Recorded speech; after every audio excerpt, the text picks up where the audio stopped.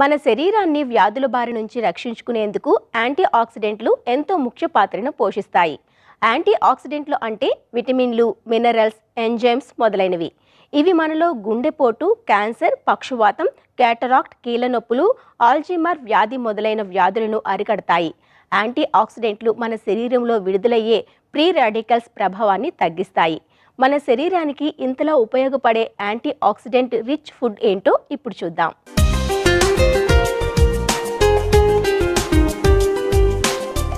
మన ప్రతి జీవకణంలోనూ ప్రతిరోజు జరిగే జీవక్రియల్లో కణానికి కొంత నష్టం జరుగుతుంది.